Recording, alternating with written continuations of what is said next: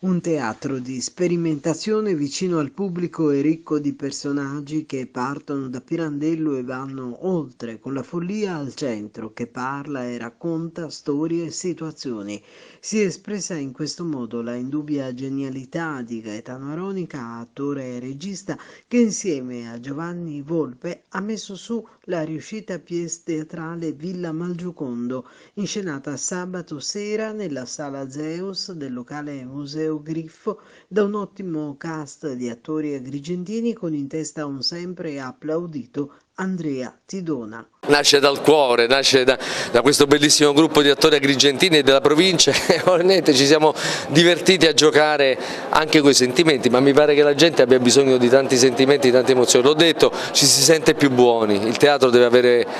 uscire fuori dal teatro e parlare ai cuori, se no è una cosa totalmente inutile e non ci piace. Grazie.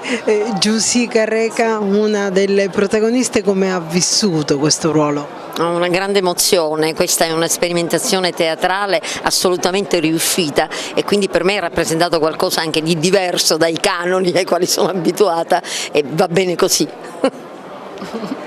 Beh, io dico che abbiamo lavorato tantissimo anche durante le vacanze di Natale, non ci siamo risparmiati, però è uscito un lavoro secondo noi fantastico, spero anche secondo il pubblico e penso che infatti adesso ci ricovereremo sul serio perché dopo due spettacoli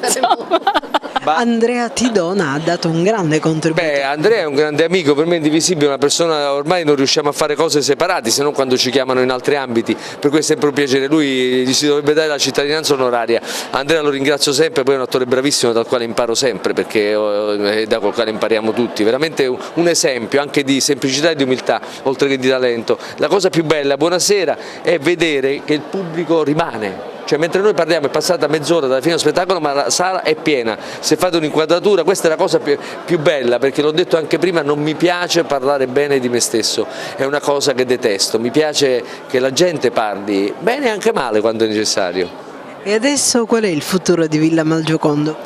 Secondo me avrà un grande futuro perché sia il direttore Tirinocchi della Fondazione sia il direttore Sciarratta dell'Ente Parco, che hanno contribuito a realizzare questo progetto, mi sono sembrati veramente non solo molto contenti ma anche, come dire, si sono trovati dentro una situazione di grandissimo entusiasmo che credo sia un lancio importante, un battesimo importante. Perché non possiamo girare? Uno spettacolo di assoluta attualità e modernità, come ha detto Giusy, di sperimentazione. E noi quella vogliamo fare. È un modo fuori dalla tradizione, fuori dai pirandellismi di cui non se ne può più francamente, perché certe volte uno dice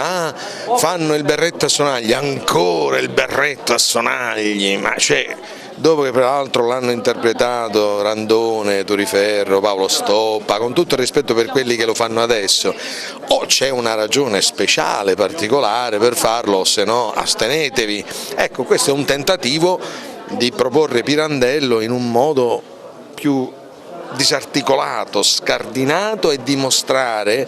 oserei dire che malgrado questo la sua potenza, il suo genio, la sua poesia, la sua filosofia arrivano lo stesso e arrivano, anzi non è arrivano lo stesso, arrivano di più, perché finalmente c'è un modo, io sono convinto, è un modo che a lui sarebbe piaciuto molto, perché tanti Pirandelli che sono in giro si annoierebbe lui, secondo me. Devo dire intanto straordinario, sono ancora con i vestiti di scena, insomma, questo spettacolo è stata la prova che la Fondazione Pirandello può collaborare con il territorio e può uscire, anzi deve uscire nel territorio, e questa è una di quelle situazioni in cui l'esperimento non è riuscito, è riuscitissimo. C'è stata questa idea drammaturgica di mischiare insieme varie situazioni e poi di incollarle con una drammaturgia assolutamente nuova, non necessariamente pirandelliana, ma dentro cui Pirandello è tutto. Ora la cosa importante è che